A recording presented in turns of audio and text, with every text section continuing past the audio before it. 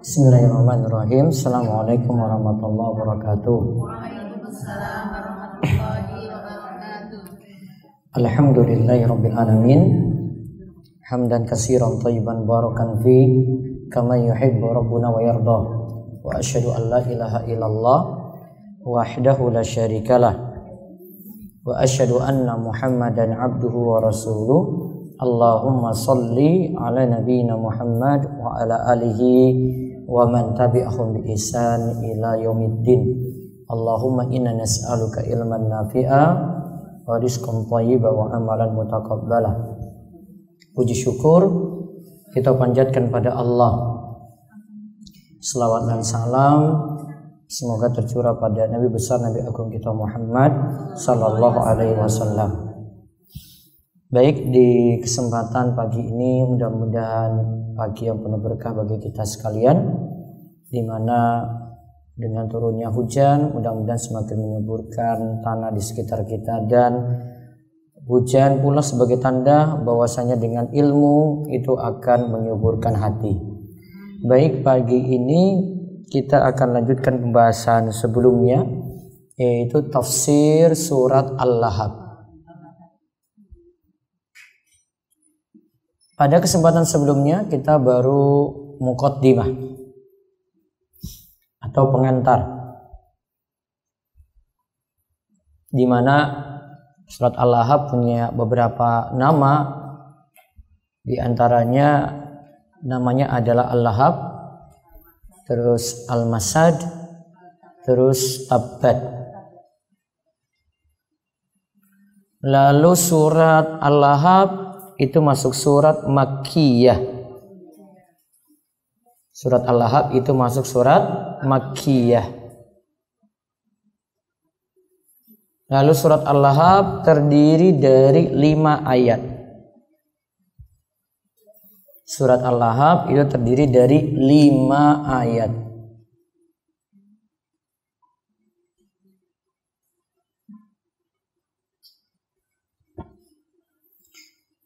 Nah, surat Al-Lahab ini membicarakan tentang paman Nabi Sallallahu Alaihi Wasallam. Tentang paman Nabi. Sekarang saya sebut dulu siapa saja paman Nabi Sallallahu Alaihi Wasallam.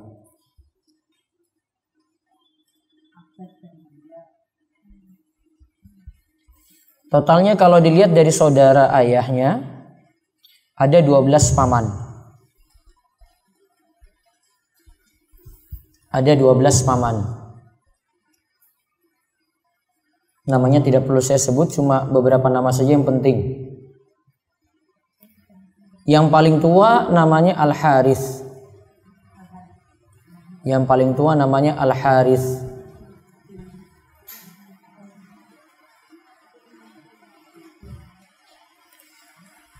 Yang paling muda namanya Abbas.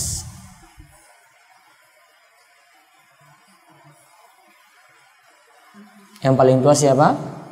Al-Harits. Yang paling muda namanya Abbas.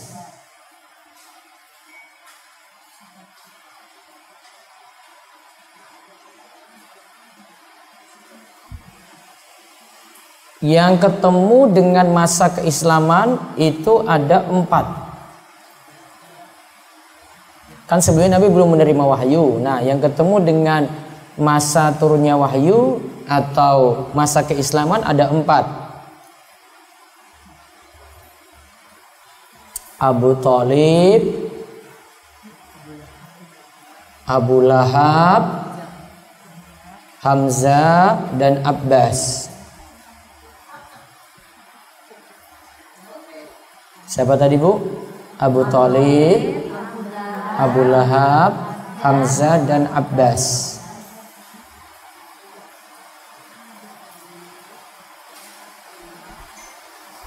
Yang masuk Islam hanya 2, Hamzah dan Abbas. Yang masuk Islam hanya 2, yaitu Hamzah dan Abbas.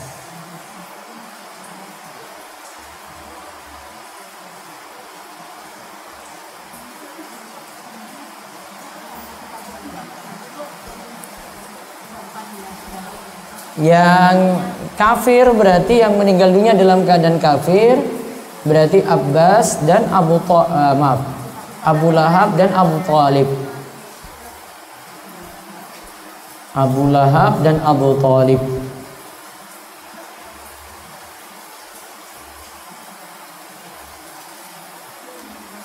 Nah, Abu Lahab itu yang kita bahas dalam surat ini. Sedangkan Abu Thalib itu dalam kisah yang lainnya, Nabi SAW ketika di akhir hidupnya mendakwahi Abu Thalib yang menjelang sakratul maut. Kemudian saat itu Nabi SAW katakan pada Abu Thalib, "Ya ammi, qul la ilaha illallah kalimatan uhajju laka biha indallah." Wahai pamanku, ucapkanlah kalimat la ilaha illallah, kalimat yang nantinya aku bisa berargumen, beralasan di hadapan Allah Subhanahu wa taala. Jadi pamannya diajak masuk Islam. Kenapa paman Nabi SAW Abu Thalib diajak? Karena pamannya ini yang banyak mendukung beliau walaupun meninggal dunia dalam keadaan kafir. Jadi setelah ditinggal oleh Abdul Muttalib, kakek beliau yang mengasuh, nah kemudian diasuh oleh pamannya. Nah pamannya ini banyak mendukung beliau sampai Nabi SAW itu dapat wahyu. Nah paman ini masih dukung beliau. Apa hikmahnya kok paman Nabi SAW tidak masuk Islam? Yang jelas kan sudah diajak. Pada pertemuan sebelumnya saya sebutkan hidayah itu ada dua macam, ji. Hidayah itu ada dua macam. Yang pertama hidayah taufik untuk berubah. Kemudian yang kedua hidayah berupa penjelasan. Saya ulang, yang pertama hidayah apa? Taufik. Orang berubah. Ini jadi maksiat, jadi ahli maksiat, jadi ahli taat. Nah, berubah menjadi taat, itu namanya hidayah taufik. Ada hidayah berupa bayan, penjelasan. Yang kedua itu ada hidayah berupa bayan atau penjelasan.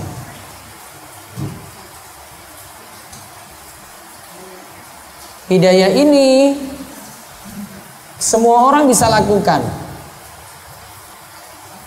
Ada yang punya dampak orang itu berubah, ada yang tidak punya dampak. Saya ulang, ada yang punya dampak orang itu berubah, ada juga yang tidak punya dampak.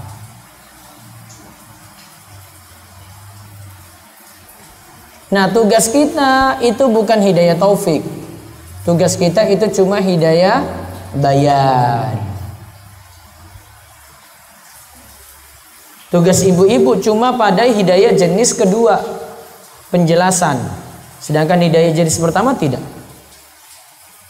Maka tugas Nabi SAW pada pamannya Abu Thalib sudah memberi hidayah bayan. Tetapi hidayah taufik hanya dari Allah.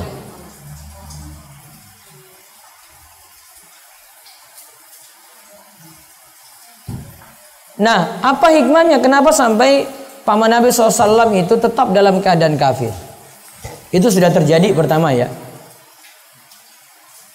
Di antara hikmahnya, kalau paman Nabi SAW masih dalam keadaan kafir, masih ada di antara orang-orang kafir, keluarga beliau yang menolong beliau. Dan ini jadi alasan orang-orang musyrik tidak banyak mengganggu Nabi SAW karena masih dapat backingan dari paman beliau sendiri. Seandainya pamannya Abu Thalib masuk Islam, backingan kayak gini nggak ada lagi. Akhirnya lebih banyak ya kejahatan, lebih banyak kezoliman yang menimpa Nabi SAW. Nah itu hikmahnya. Kenapa paman Nabi SAW Itu meninggal dunia dalam keadaan kafir. Kok Allah tidak takdirkan dia itu masuk Islam? Di antara hikmahnya gitu. Namun paman Nabi SAW Abu Thalib adalah orang yang mendapatkan syafaat Nabi Muhammad khusus. Syafaatnya apa?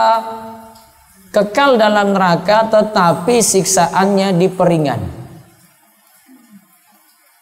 Karena dia orang kafir jadi tidak bisa keluar dari neraka, dia kekal dalam neraka tapi siksaannya diperingan.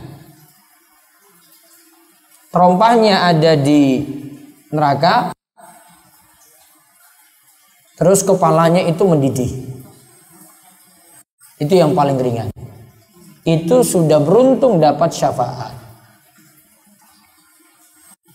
Jadi ada istilah syafaatnya. Syafaat itu ya kita bahasakan pertolongan lah. Pertolongan, ada orang-orang yang ahli maksiat masuk dalam neraka, ada yang situ tidak jadi masuk neraka karena langsung masuk surga, dapat syafaat. Masuk dulu dalam neraka, kemudian setelah disiksa dapat syafaat, kemudian masuk surga. Ada yang bentuknya cuma diperingan seperti paman Nabi Shallallahu Alaihi Wasallam Abu Thalib. Intinya ada keyakinan syafaat. Kita harus beriman pada hari kiamat itu ada syafaat. Ada ahli maksiat keluar dari neraka itu bisa, selama masih ada iman. Jadi kalau selama masih ada iman, dia tidak lakukan pembatal keimanan atau pembatal keislaman, maka dia bisa selamat dari neraka. Namun kalau Abu Thalib tidak selamat dari neraka, hanya diperingan siksa nerakanya saja. Nah, sekarang kita masuk kisah tentang Abu Lahab. Ini disebutkan dalam surat Al-Lahab. Bismillahirrahmanirrahim. Tabbat yada Abi Lahab wa tabb. Tabbat itu artinya khosarat, merugi atau celaka. Yada atau yadan di sini. Maaf, ini dibaca yada ya, tanpa alif, tanpa nun. Yada Abi Lahab, kedua tangan Abu Lahab.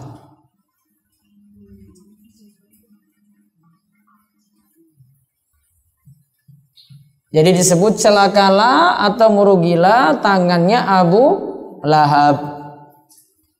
Watabba, dan sungguh dia benar-benar merugi. Kalau ibu ada Al-Quran nanti bisa lihat terjemahannya, Ji. Saya coba rinci satu-satu. Tabbat itu artinya merugi. Yada Abi Lahab, kedua tangan Abu Lahab. Watabba, dan sungguh ia benar-benar merugi.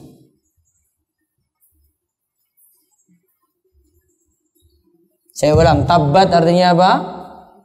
Merugi. Yada Abi Lahab, kedua tangan Abu Lahab. Watabba, dan sungguh ia benar-benar merugi.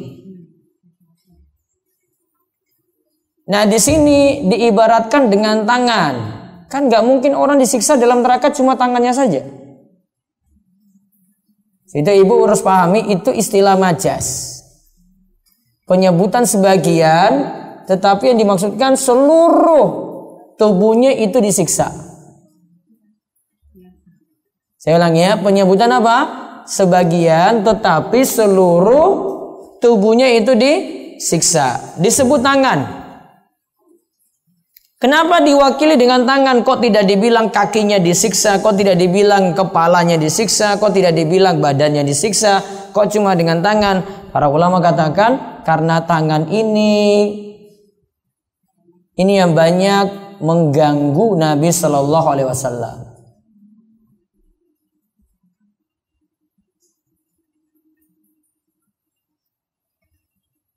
Ya.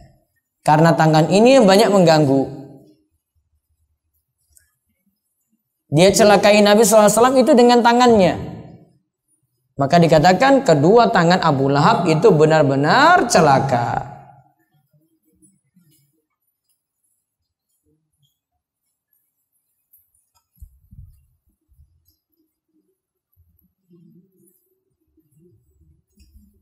Nah, kemudian ketika dengar ayat ini, siksaan untuk Abu Lahab,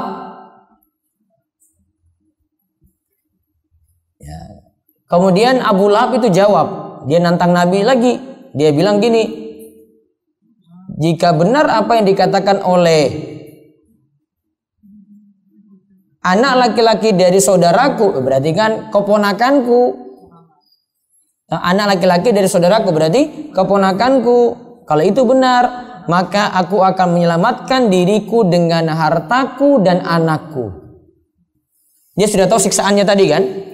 Dia sudah dengar tabbat yada abi lahabi wa tab. Lantas dijawab pada ayat yang kedua.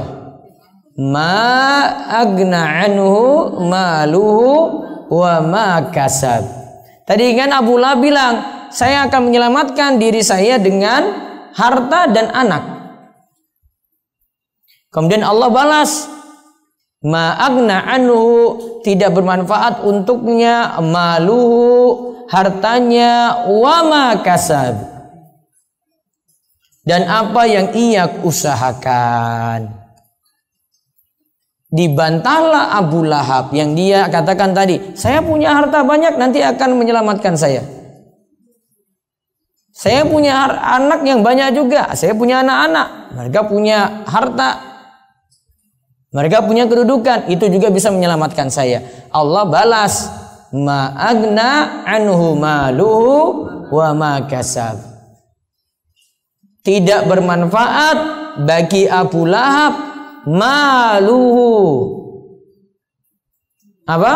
Hartanya wa ma kasab. Dan apa yang ia usahakan. Nah, coba saya rinci tadi ya, ma'agna anhu itu artinya tidak bermanfaat padanya. Ma'agna anhu itu tidak bermanfaat padanya. Terus maluhu itu hartanya. Terus wa ma kasab, apa yang ia usahakan. Apa yang dimaksud dengan apa yang ia usahakan? Kata para ulama, waladuhu, yaitu anaknya.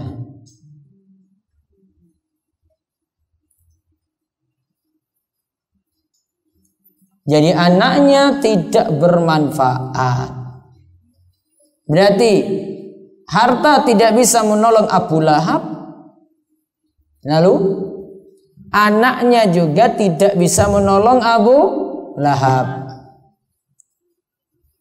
Dan ini kesimpulannya, anak itu hasil usaha orang tua.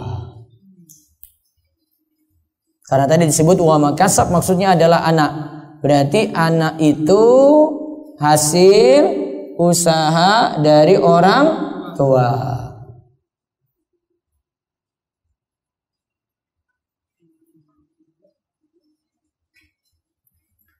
Sekarang pertanyaannya, kalau anak hasil usaha orang tua, berarti kalau anak sholat orang tua dapat pahala atau tidak? Dapat mboten, Bu? Anaknya puasa orang tua dapat pahala? Padahal orang tua nggak pernah ngajarkan.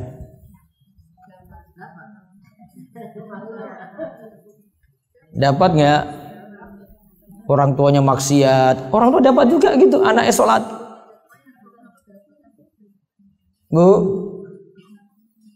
orang tuanya main judi, nggak pernah sholat, nggak pernah puasa, orang tua dapat? Enggak. Kecuali orang tua punya peran, ada sebab pendidikan di situ. Ibnu Taimiyah katakan tidak secara mutlak.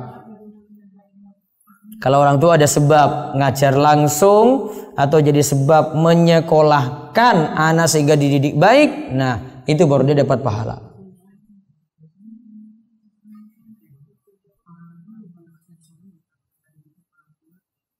Jadi ada sebab, harus ada sebab dan peran dari orang tua di situ. Namanya saja wa makasab, apa yang ia usahakan. Masa anak saja cuma sekedar punya anak saja terus dapat gitu. Maka yang punya peran besar di sini yang didik langsung. Kalau orang tua didik langsung ya sudah, dia dapat, dia borong pahala di situ. Orang tua ngulang anak ini surat Al-Fatihah ya sudah, berarti dia dapat pahala Al-Fatihah. Anaknya pakai terus. Orang tua ngajarkan anaknya sholat pakai tuntunan dari orang tuanya terus, ya sudah dapat ganjaran terus itu. Itulah yang dimaksud dengan wama kasab. Andai anak Abu Lahab ini anak-anak yang baik juga, bapaknya bisa selamat. Namun antara Abu Lahab dan anaknya pun sama-sama rusak, ya sudah.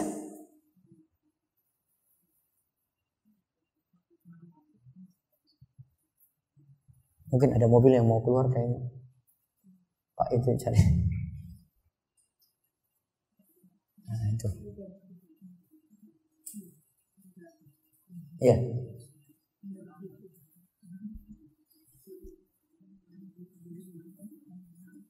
Sudah. Saya ulang. Ma'agna artinya apa? Ma'agna anhu. Tidak manfaat padanya, pada Abu Lahab, maluhu, hartanya, wa makasab, dan apa yang ia usahakan. Apa yang dimaksud apa yang ia usahakan? Anaknya. Ditambah ya, anaknya yang ia didik. Atau dia jadi sebab sehingga anak tersebut jadi baik. Terus dikatakan lagi pada ayat yang ketiga, sayasla narang dzatalahab. Dan kelak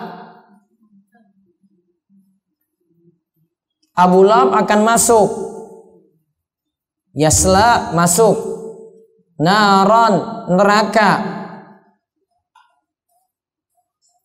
dzatalahab yang bergejolak atau yang menyala-nyala. Saya ulang ya, pengertian letternya ya, perkata ya. Sayasla, sa di depan itu artinya kelak.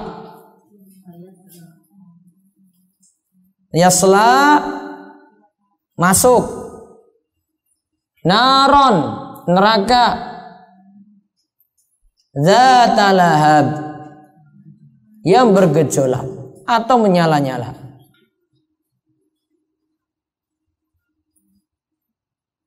Nah, di sini lagi dijelaskan tentang kembalinya Abu Lahab nanti dalam neraka yang dzatalahab, yang bergejolak. Dzatalahab ini tidak jauh dengan nama Abu Lahab.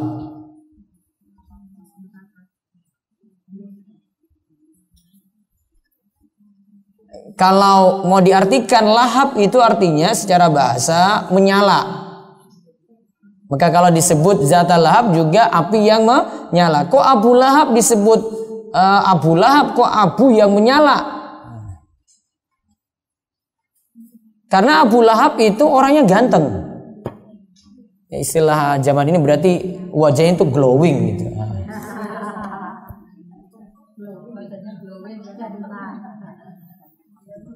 Ganteng maksimal, nah itulah. Namun gak jadi jaminan walaupun glowingnya kayak gimana juga. Gak jadi jaminan untuk Abu Lahab. Istrinya juga sama. Nanti kita akan sebut dengan istrinya itu siapa di sini. Nah ini berarti vonis langsung Abu Lahab masuk neraka. Vonis langsung orang. Maka orang yang masuk neraka itu ada dua macam. Yang pertama, yang divonis langsung masuk neraka. Orang per orang. Dan ini harus ada dalil.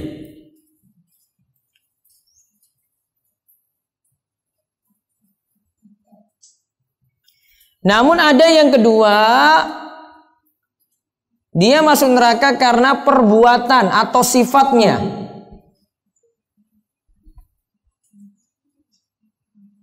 Ya, karena perbuatan atau sifatnya.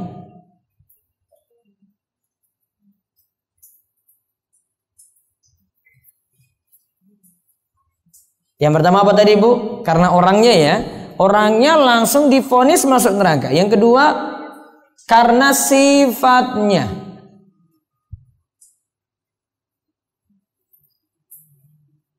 Kalau yang pertama itu karena orangnya yang divonis masuk neraka, itu harus butuh dalil. Oh, ayat sebut kayak gini. Saya selanaron dzata lahab. Abu Lahab masuk ke neraka, dzata lahab yang bergejolak. Berarti sudah divonis tuh. Sedangkan yang tidak divonis orang per orang, maka masuk yang kedua.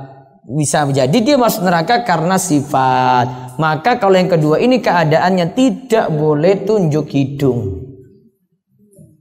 Tidak boleh tunjuk orang per orang, cuma menyatakan sifat. Sifatnya gimana? Oh, dia orang yang berbuat syirik. Dikatakan diancam masuk neraka. Wah, orang ini tidak menutup aurat, tidak akan mencium bau neraka, tidak akan mencium bau surga. Ya, ancaman tuh. Itu lagi menyebutkan sifat, tidak nunjuk orang. Maka kalau nunjuk orang nggak boleh, kecuali dengan apa? Dalil. Jadi kalau kita lihat ada orang ahli maksiat sekalipun, nggak boleh langsung bilang dasar kamu ahli neraka, kamu ahli jahanam, nggak boleh. Vonis orang nggak boleh. Yang dibolehkan apa? Vonis sifat. Nyatakan perbuatan ini diancam neraka. Menyatakan kalau dia berbuat kayak gini-gini kekal dalam neraka. Menyatakan kalau dia berbuat kayak gini-gini tidak akan masuk surga atau tidak akan mencium bau surga. Nah, disebutkan sifat, Bu.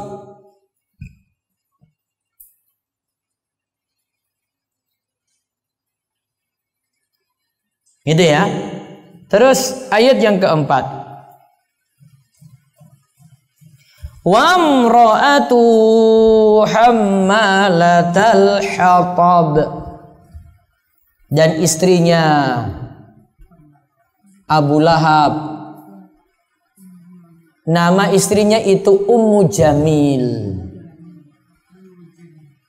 Ummu Jamil. Jamil itu artinya ayu, cantik.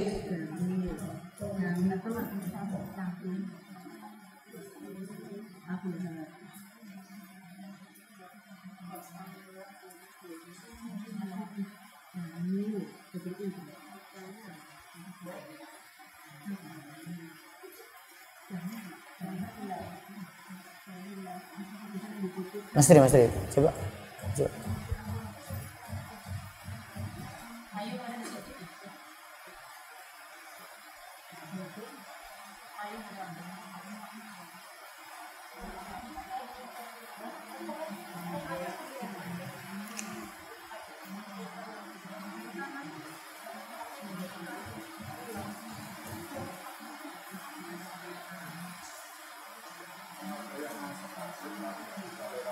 Apa? Ada yang mau ngantar pasir tapi nggak bisa lewat.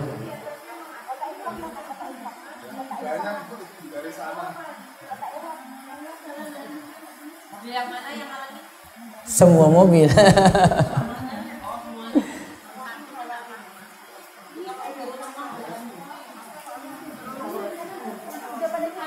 Ada jalan lain nggak? Nggak ada jalan lain nggak? Oh ya berarti bilang jalan lain aja, muter sini. Mas kasih alternatif ya. Ada jalan lain. Sekarang diulang. Wamra'atuhu, istrinya siapa? Abu Lahab. Hammalatal hatab. Hammalah itu artinya memikul. Al-hatab kayu bakar. Saya ulang, wamra'atuhu artinya apa? Istrinya. Istrinya siapa? Abu Lahab. Siapa namanya tadi? Ummu Jamil. Ingat namanya baik-baik. Terus hammalah. Artinya apa? Hammalah memikul, al-hatab kayu bakar. Memikul, membawa sama. Lihat, istrinya ini punya kerjaan hammalatal hatab, memikul atau membawa kayu bakar. Ini diletakkan di jalan yang biasa dilewati Nabi. Halang-halangi jalan Nabi. Pengertian pertama itu. Hammalatal hatab pengertiannya benar-benar bawa kayu bakar terus halangi jalan.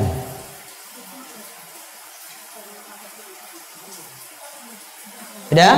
Pengertian yang kedua,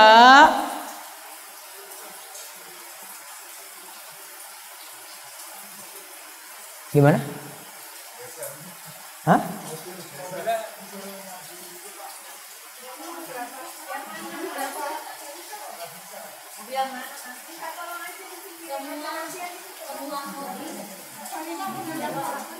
Suruh sopir aja.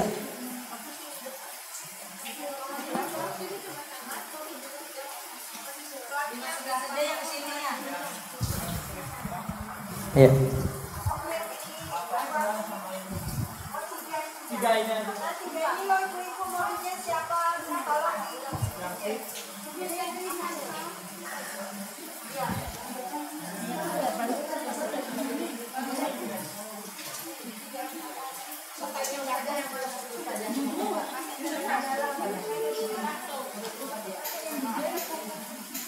Dah. Lanjut. Pengertian pertama ya, dia mengganggu Nabi dengan meletakkan kayu bakar, istrinya tadi ya. Terus yang kedua, pengertiannya adalah istrinya Abu Lahab biasa memfitnah Nabi dengan melakukan namimah. Namimah itu adu domba.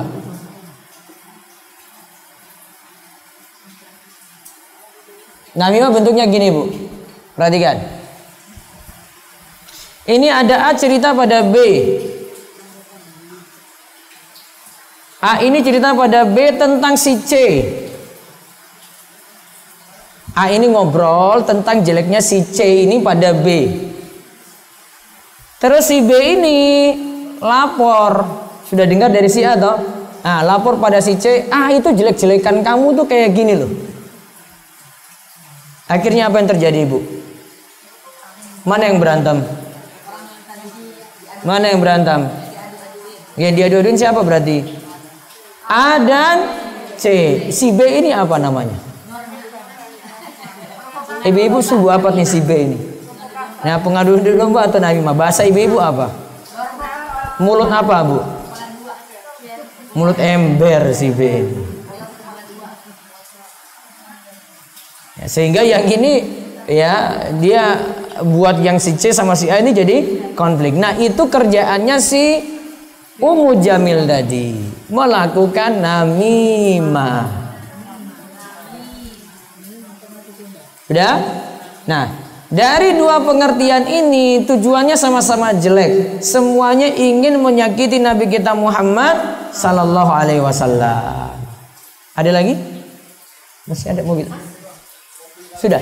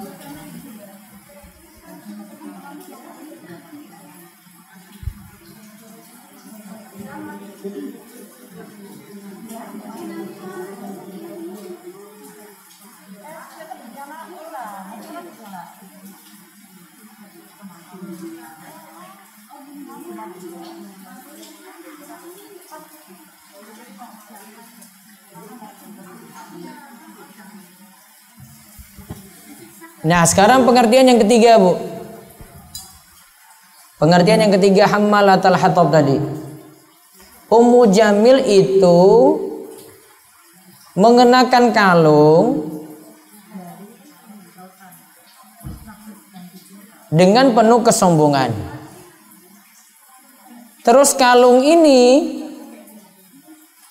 diinfakkan untuk mencelakakan Nabi Muhammad sallallahu alaihi wasallam. Ya. Saya ulang. Ummu Jamil tadi ya. Dia punya apa? Kalung, dia pakai dengan sombong. Terus kalung ini dikeluarkan untuk diinfakkan.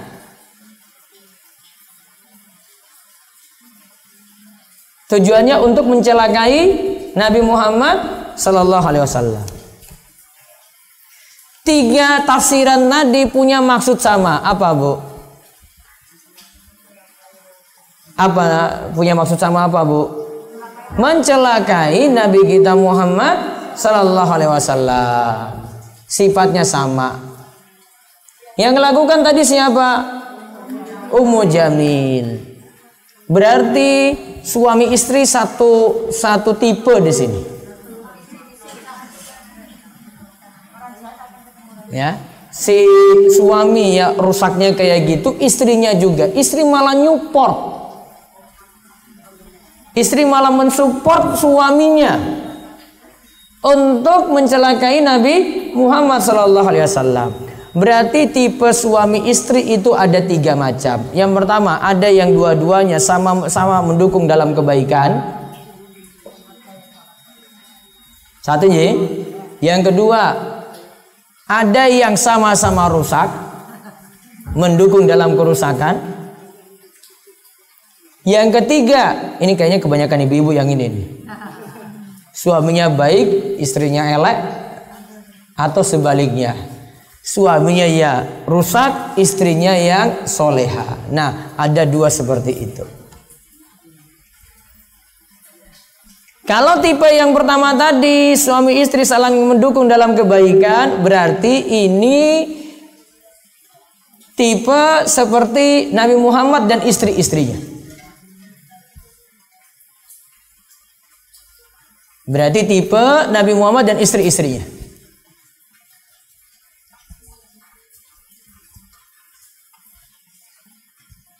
Satu ya. Yang kedua tadi suami istrinya sama-sama rusak. Abu Lahab dan Ummu Jamil. Sekarang yang ketiga tadi, ini tipe istri siapa? Fir'aun, Asia dan suaminya Fir'aun. Iya tak? Fir'aun rusaknya bukan main, lawan siapa tadi? Suaminya, lawan istrinya yang dijamin masuk surga, wanita terbaik di masanya. Siapa lagi? Istri Nabi Nuh dan istri Nabi Lot. Istri Nabi Nuh rusak, istri Nabi Lot juga rusak. Nabi Nuh rusaknya di mana? Apa? Iya, nggak mau ikut suami sih, ngeyel pokoknya. Istri Nabi Lot apa? Homoseks? Dia lesbian? Enggak, bukan. Jadi di zamannya Nabi Lut itu terjadi ya homoseks. Kemudian istrinya ini itu yang beritahu kalau ada laki-laki tamu yang datang, ya. Dia beritahu sama penduduknya, dia nyalakan api atau nyalakan sesuatu begitu jadi tanda. Oh, ini ada tamu, ini cakep-cakep nih, kalian datang sini saja ini. Ya, penyebar berita, informasi, informan. Sedangkan Nabi Nuh itu istrinya malah bilang suaminya, dasar suami saya itu majnun dia, gila. Itu istri kayak apa coba? Namun dua istri ini Nabi Nuh dan Nabi Lut itu bukan berkhianat karena selingkuh, bukan. Khianatnya bukan itu. Ingat catatan baik-baik ibu-ibu. istri para nabi itu sama sekali tidak ada yang berselingkuh, berzina, tidak ada. Nabi siapapun. Maka kalau ada bentuk pengkhianatan, bukan pengkhianatan dalam masalah zina, bukan. Kalau bentuk pengkhianatannya kalau seperti ini, itu menjatuhkan suaminya. Namun pengkhianatannya bukan itu. Pengkhianatannya itu karena yang satu beriman, yang satu tidak beriman, gitu. Berarti ada tipe tadi ya Bu ya. Ada tadi yang sama-sama saling support dalam kebaikan. Yang kedua, saling support juga dalam kejelekan. Yang ketiga, yang satu yang baik, yang satu yang jelek. Dan tipe kayak gini ada di rumah tangga kita masing-masing. Ya, doakan semuanya soleha gitu. Namun ada yang kayak begitu rumah tangganya. Makanya Allah kasih contoh masing-masing itu ada gitu. Dan ini juga jadi dalil. Ya, ini juga jadi dalil. Coba lihat kata wamra'atuhu. Istrinya siapa? Abu Lahab. Maka istri Abu Lahab,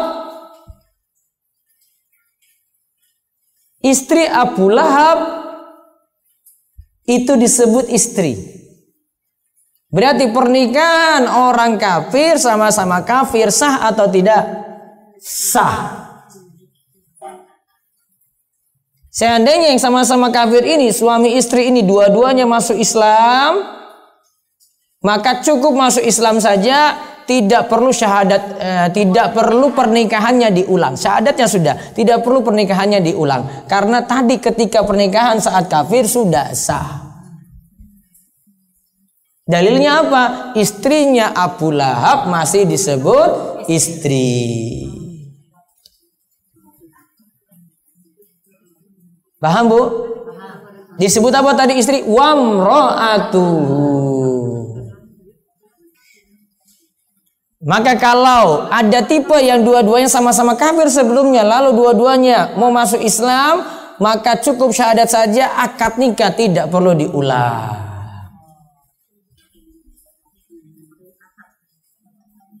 Paham Bu? Namun yang satu masalah, kalau suaminya tetap kafir, istrinya masuk Islam, statusnya zina. Karena nggak boleh laki-laki itu yang mimpin ini, maaf, tidak satu keyakinan dengan yang perempuan. Perempuan muslimah nggak boleh.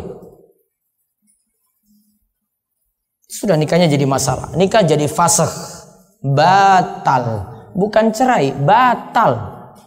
Kalau cerai masih ada kata rujuk. Anaknya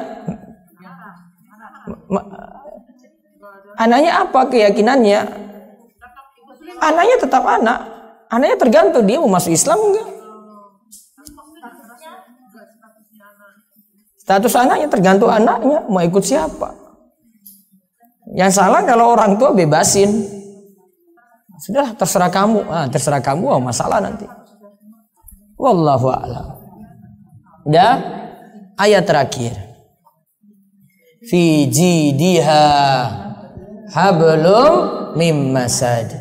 Fi jidiha itu artinya fi unukiha, di lehernya.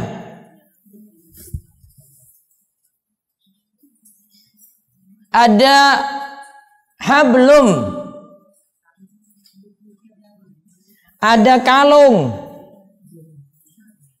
mim masad, kalung dari api neraka.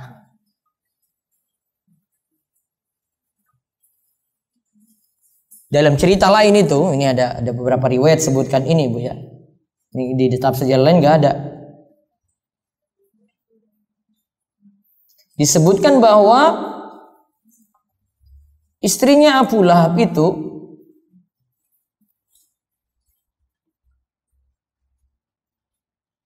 lehernya itu dikalungi rantai yang panjangnya 70 hasta. Namun dari api neraka rantainya. 70 hasta. 70 hasta ini setengah meter. 70 hasta 35 meter. Dikalungi.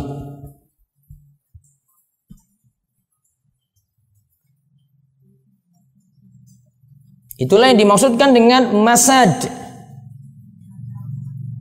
Masad itu dari api ya tadi ya. Kalung dari api. Ya, melingkar pada lehernya itu. Kenapa kok kalungnya menyiksa dirinya sendiri? Karena tadi kalungnya kan dia pakai, dia mau keluarkan kalung ini diinfakkan untuk apa tadi? Mendanai toh, menyakiti Nabi Muhammad sallallahu alaihi wasallam.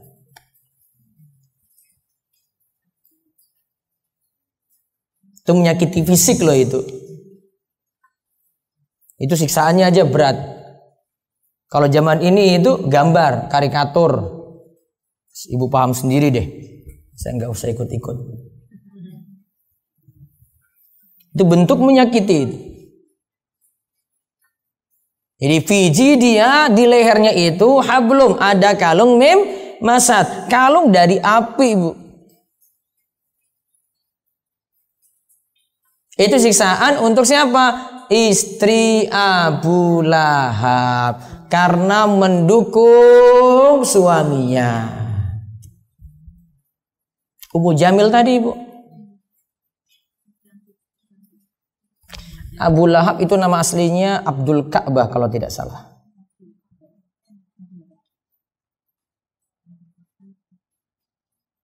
Abu Lahab itu nama aslinya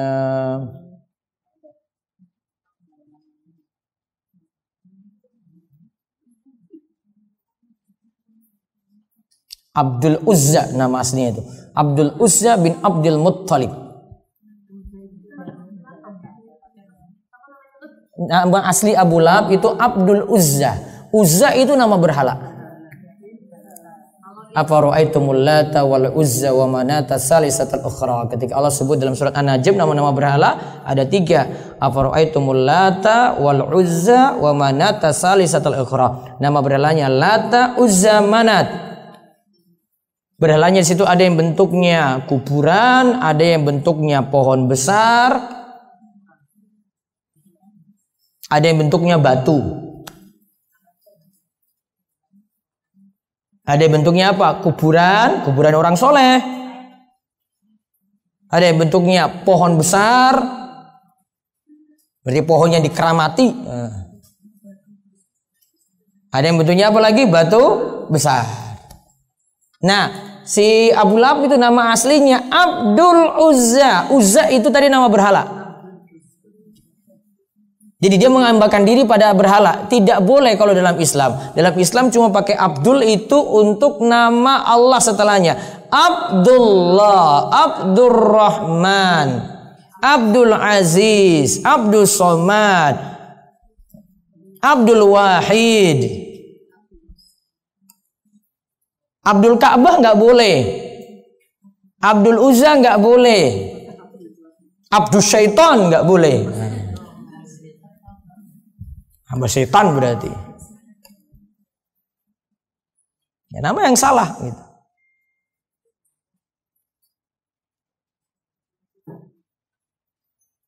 Kemudian ini juga jadi dalil kalau tidak boleh mendukung dalam maksiat. Maka beberapa perbuatan itu dicela karena cuma sekadar menyupport, mendukung, walaupun tidak dia perbuat langsung. Rasulullah SAW itu melaknat pelaku-pelaku miras, ya. Itu bukan saja yang minum mirasnya, Bu. Mulai saking yang produksi, pabrik, distributor, terus yang bawa, yang punya warung, jual, yang membelikan, yang tuangkan, sampai yang minum. Yang apa? Yang nyuci gelasnya masuk tuh, mendukung berarti.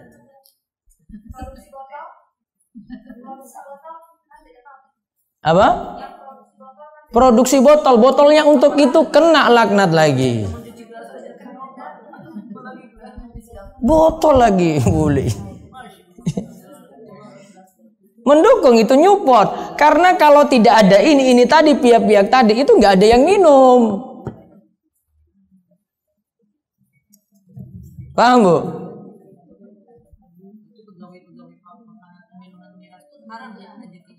Pegawai-pegawai minuman itu haram. Yang punya toko jualan itu juga dia dapat penghasilan haram. Walaupun ada pegawainya situ, saya cuma jualkan saja, makan penghasilan haram. Babi haram nggak?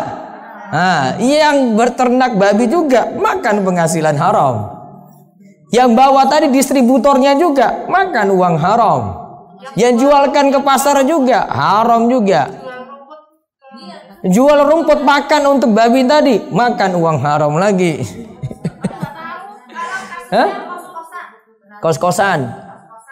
Ada yang mesum. Sekarang bebas, laki-laki perempuan bebas. Makan uang haram berarti karena bebasin.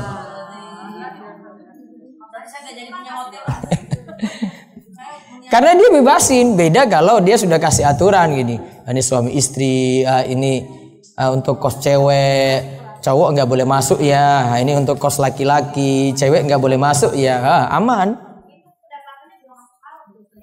Selama dia tahu dan dia mendukung, menyupport, maka penghasilannya haram. Namun kalau dia tidak tahu, kok sudah bilang ini kos laki-laki, kok tiba-tiba perempuan masuk, berarti yang salah yang punya kamar. Dia bukan yang punya kos, yang sewa kamar.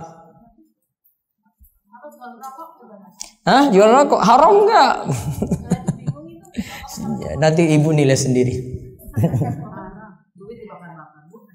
Apalagi contohnya? Membersihkan kotoran babi untuk jadi pupuk haram. Pupuknya najis.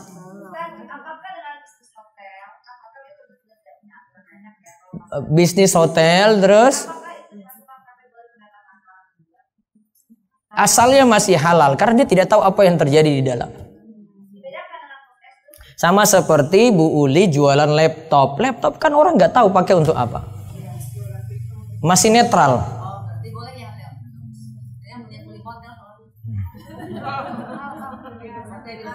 Kan nggak tahu di dalamnya itu apa gitu. Kecuali hotel untuk prostitusi. Nah itu baru.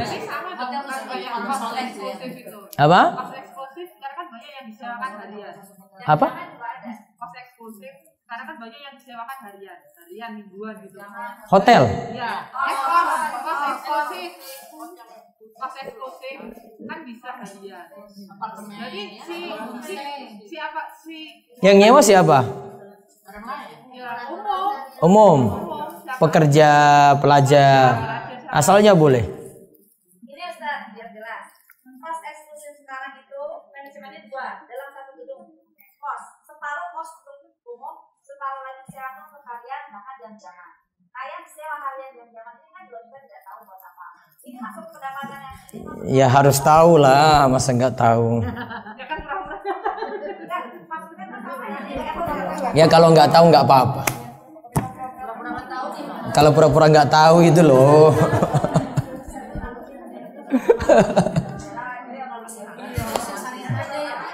Jadi hotel syariah.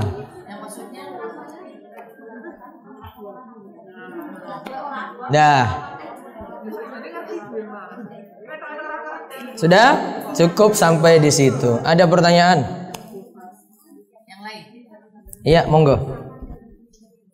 Boleh. Assalamualaikum warahmatullahi wabarakatuh. Waalaikumsalam warahmatullahi wabarakatuh. Tadi kan dalam mendidik anak, apabila kita sudah berusaha untuk mendidik, tapi mungkin waktu itu pelajaran kita tentang agama kurang ini ya, sehingga anak pun baca Fatihahnya mungkin tahunya dari guru gitu ya. Al-Fatihahnya tahu dari guru. Kalau orang tua punya peran jadi sebab, maka orang tua dapat pahala. Peran jadi sebab. Tapi anak itu tiba-tiba pendosa. Oh, anaknya tiba-tiba jadi pendosa. Iya, kita udah mengajarkan sedemikian baiknya, tapi anak kan kita lingkungan di belakang kita tidak tahu. Tiba-tiba mereka jadi kita tidak tahu pendidikan, apalagi daring sekarang ya mengkhawatirkan kan. Kita tidak tahu mereka bagaimana di luar. Yang penting ketika tahu diingatkan amar ma'ruf nahi mungkar. Jadi kita tidak ikut dosa apabila mereka tanpa sepengetahuan. Yang berdosa ketika dibiarkan padahal sudah tahu. Anak gak bangun subuh, Padahal tahu. Terus nggak bangunkan. Siapa dosa? Nah, itulah makanya diingatkan. Ya. Waalaikumsalam warahmatullahi wabarakatuh. Tentang pernikahan yang sama-sama bukan Islam, ada kasus ya. Laki-lakinya tidak Islam, tapi dapat satu. Laki-lakinya tidak Islam tapi dapat orang Islam. Dapat orang Islam. Pada saat menikah Islam semua. Pada saat menikah Islam semua. Setelah beberapa waktu akhirnya balik lagi. Nah, berarti ketika balik lagi maka nikahnya jadi batal. Dulu sudah saya bilangin, tapi anaknya itu mau untuk berontak, nggak mau kalau suami istri itu bercerai, itu anaknya nggak terima. Ya, pokoknya beritahu semampunya. Sampun. Iya. Menyampaikan. Kan tadi hidayah taufik, hidayah bayan. Tugas ibu cuma menyampaikan. Terus Bu. Mau tanya itu warisan dari bapak saya, tapi bapak saya kan Nasrani. Terus itu sebenarnya diterima apa enggak? Kalau sekadar wasiat saja masih boleh. Enggak apa-apa. Agak sulit ya Bu ya. Terus Ibu tanya, buatan? Ya.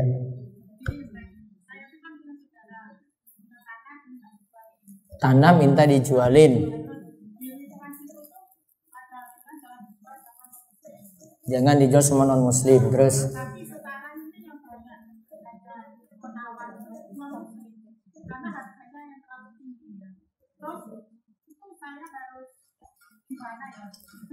pokoknya nunggu sampai yang beli muslim lebih aman. Hah? Ya secara muamalah masih boleh. Yang penting tidak untuk tempat ibadah saja. Halal. Halal. Iya.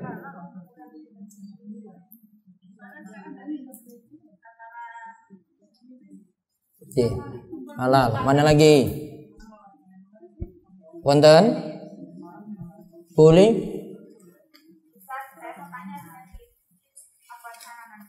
Oh iya. Iya. Iya. Iya.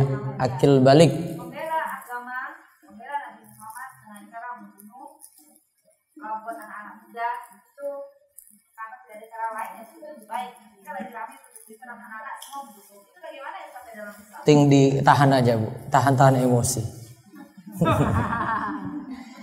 Santai aja gitu. Ya, itu cuma jiwa muda aja Bu. Iya, tapi kan itu kan ditentukan di antara. Iya tahu. Ya, cuma tweet aja kok nggak masalah. Trending aja kan jadi trending topik di Twitter. Kan yang kasusnya di Perancis. Iya ngertos Bu. Sabar aja. Iya mudah-mudahan Pak Jokowi bisa memboikot gitu aja deh didoakan. Iya kan presiden yang ngomong baru nanti berlaku semua. Ada lagi? Ada titipan silakan. Murtad sama-sama murtad apabila ada seorang anak dikasih sama orang tuanya. Kemudian anak itu bilang, "Ih ribet amat sih agama dirimu," katanya gitu kan. Ih ribet banget sih agama dirimu bilang sama orang tuanya. Iya, dia bilang gitu. Terus katanya, "Udahlah aku menentukan diri sendiri aja." Itu udah termasuk murtad. Belum sampai murtad, sampai dia berbuat dulu. Yang jelas prinsipnya keterlaluan aja gitu, sudah terlalu, perlu ditekan. Kurang bimbingan saja sebenarnya, perlu ada yang tempat dia curhat, ada yang mungkin pembicara ustadz tapi yang bisa membawa dia itu pada yang baik, gitu aja. Ya cukup ya, cukup ibu-ibu. Berikutnya nanti surat An-Nasr. Kan Al-Ikhlas, An-Nas, Al-Falaq, Al-Ikhlas, terus Al-Lahab, besok An-Nasr insyaallah. Baik, itu saja kita cukupkan. Mudah-mudahan Allah beri taufik dan hidayah pada kita semuanya dan terus dimudahkan untuk memahami Al-Qur'an dan Allah memberikan kita terus keimanan dan menjaga kita istiqomah dan husnul khatimah. Subhanakallahumma bihamdika asyhadu an la ilaha illa anta astaghfiruka wa atubu ilaik. Assalamualaikum warahmatullahi wabarakatuh.